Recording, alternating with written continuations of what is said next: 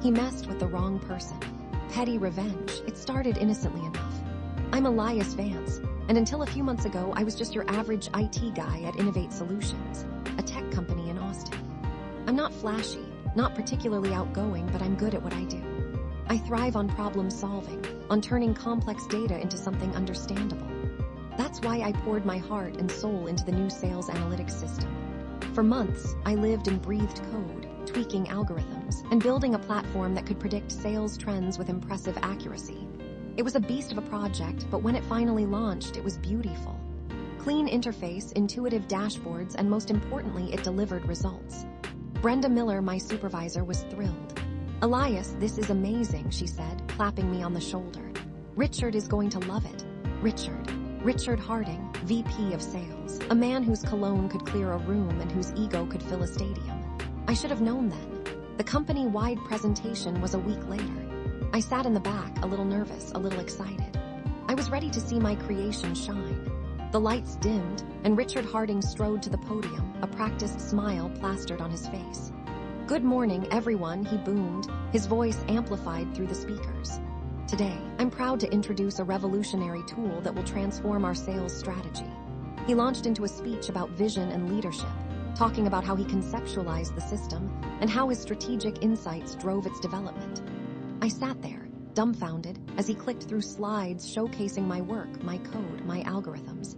He didn't mention my name once. During the Q&A, I hesitantly raised my hand. "Richard," I began, trying to keep my voice steady, "the algorithm that predicts churn rate.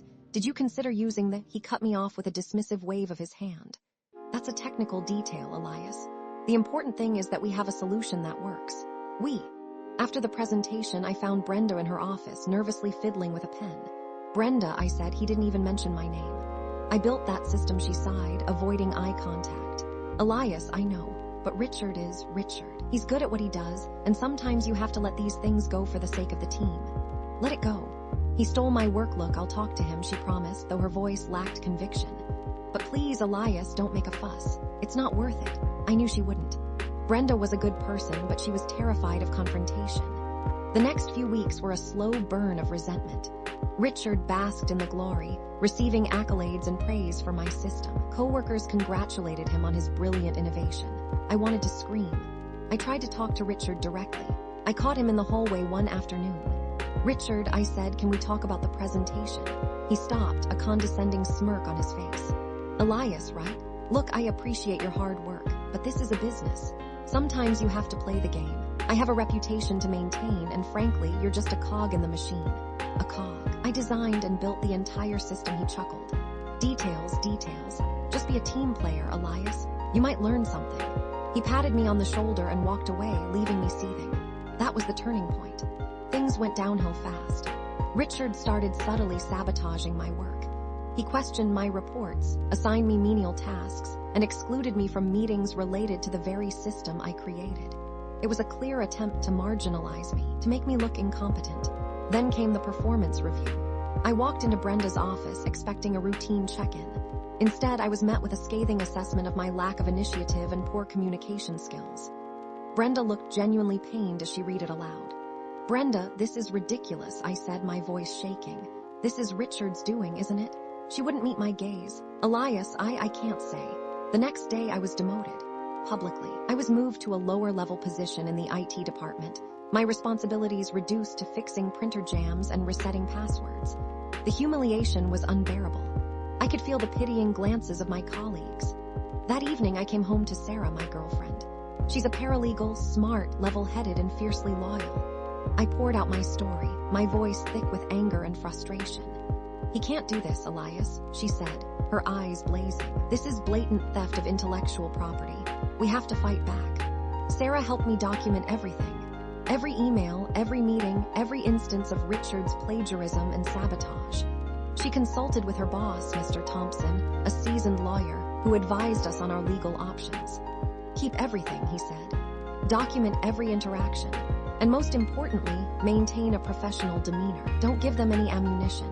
It was Sarah who gave me the courage to fight back, not with fists, but with information, with strategy, and with a healthy dose of petty revenge. The first act was small, almost insignificant. Richard was scheduled to give a major presentation to a potential client. The presentation that was running using my system. At 2 a.m., I introduced a very small error into his profile that caused only his dashboard to show all zeros when he tried to access the information. Just enough to cause a minor glitch, a moment of embarrassment. I made sure it was untraceable, a ghost in the machine. He was furious, of course, but he couldn't prove anything. The next day, Richard cornered me in the break room, his face red with rage. "You," he spat, "you did something to my presentation, didn't you?" I looked at him innocently. "I'm sorry, Richard, I don't know what you're talking about. I've been busy fixing printer jams. Don't play dumb with me, I know it was you. I'm going to have you fired for this." I simply shrugged and walked away, a small smile playing on my lips. That was when Richard crossed the line. He pressured Brenda to start the termination process. I was summoned to an HR meeting with Ms. Davies, a stern but fair HR representative. Richard was there, of course, spinning his web of lies. He accused me of insubordination, of creating a hostile work environment, of sabotaging company property. I presented my evidence.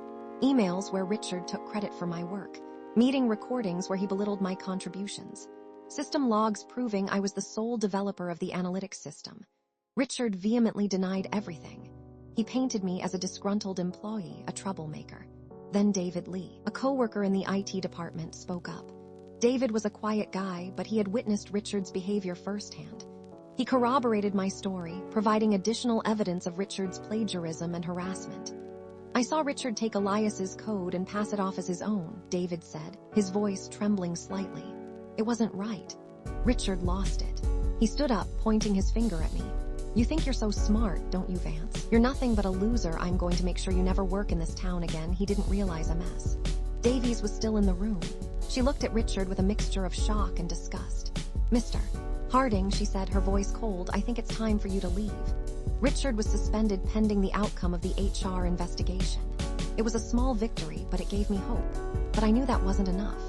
Richard had damaged my reputation, jeopardized my career. I wanted more than just his suspension. That's when Sarah and I devised a plan. It was risky, but it was necessary. Using my IT skills, I discreetly leaked carefully selected information to key clients about the situation. I highlighted the company's lack of integrity under Richard's leadership, emphasizing how his actions had potentially compromised the accuracy of the sales data. I made sure it was anonymous, untraceable. The information spread like wildfire. Clients were concerned. Investors were uneasy. The company's stock price dipped slightly. The pressure was on. Richard tried to defend himself, but his lies unraveled under scrutiny. The HR investigation revealed a pattern of unethical behavior, of bullying and plagiarism. Finally, the verdict came down. Richard was not fired, but he was demoted and transferred to a less influential role within the company. He also faced a significant pay cut. It wasn't exactly what I wanted, but it was enough. Richard Harding, the VP of Sales, was brought down a peg. I was reinstated to my original position, received an apology from the company, a carefully worded one, of course, and was offered a promotion. They even provided some financial compensation for the demotion. I returned to work, my reputation restored, my head held high. The pitying glances were gone, replaced with respect. I had stood up for myself, and I had won. The petty revenge wasn't explosive, but it was satisfying. The quiet satisfaction of seeing Richard brought down, the renewed respect from my colleagues, was a powerful reward. I am now seen as someone not to be messed with. I still work at Innovate Solutions. Things are different now. Richard keeps his distance, and the company is a little more cautious about who they promote. Sarah and I celebrated with takeout that night. "You did it, Elias," she said, raising her glass. "You showed them." I smiled. "We did it," I corrected. "I couldn't have done it without you." Sometimes the quietest victories are the sweetest, and sometimes the most satisfying revenge is simply standing up for what's right.